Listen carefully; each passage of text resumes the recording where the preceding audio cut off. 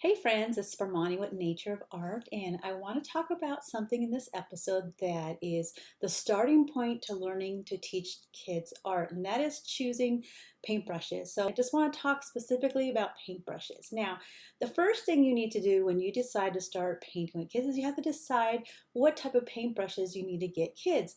And generally, I am helping and guiding art teachers and Montessori teachers and parents with children that are between 3 years old to maybe 12 years old. And so this is specific to that age. So the first thing I want to talk about is make sure that paintbrushes are short, that they have a short handle for their small hands. You don't want to be giving them long adult painting paintbrushes. You want them to be short so their hands can do movements and they're not like holding it back up here because they have a long paintbrush or holding it like this. You want kids to have nice short paintbrushes.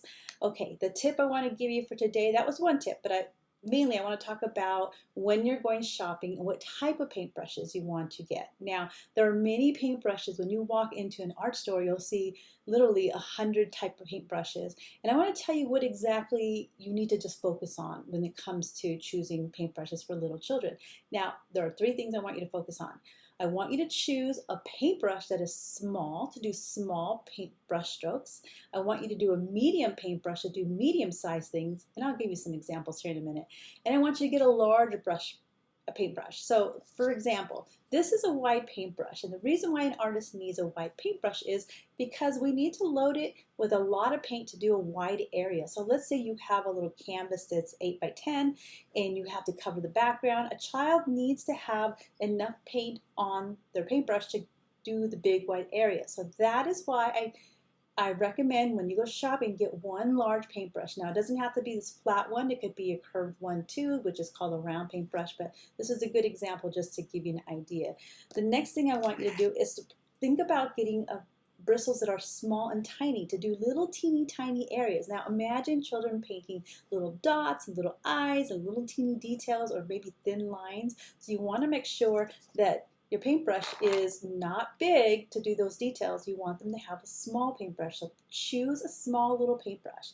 The next thing you want to do is choose a medium size. So here's an example of three sizes here. This is the small one, this is the medium, and this is the large one. So let's say the child is painting like a rock or a stick. You want them to be able to do a medium-sized brushstroke or get into a good area with a lot of paint. So how you go about choosing paintbrushes with kids. You want to just stick with this rule. I promise you it'll make it easier for shopping.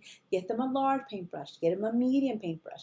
Get them a tiny one. Imagine them doing these different movements. So paintbrushes have a job to do, and that's why they're all designed. So when you go into the paint store, all these paintbrushes have a specific job. Some can make splatters really well. Some can make straight lines or curved lines. So there are a lot of different names to learn, but I don't want you to get stuck on that. I want you just to think about just choosing a small, medium, and large paintbrush. So there you have it.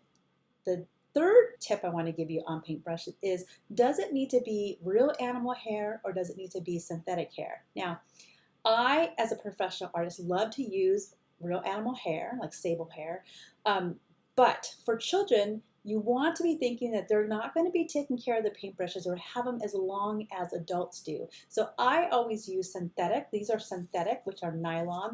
It's made out of synthetic hair. It's not animal hair. They're super durable and they're easy to wash and get soap in there and scrub them and not worry about damaging them. So I do recommend you don't spend a lot of money on paintbrushes before you get started with working with children. Think of economical. Most paintbrushes range from $1 to maybe $10. You can even get all your paintbrushes under $5. So there's my tips for paintbrushes. So when you're getting ready to think about painting and setting up painting in your classroom or in your home, you want to first start with getting the paintbrushes. So this episode was just covering that. Next episode, I'm going to talk a little bit about some other types of painting materials. So check that out.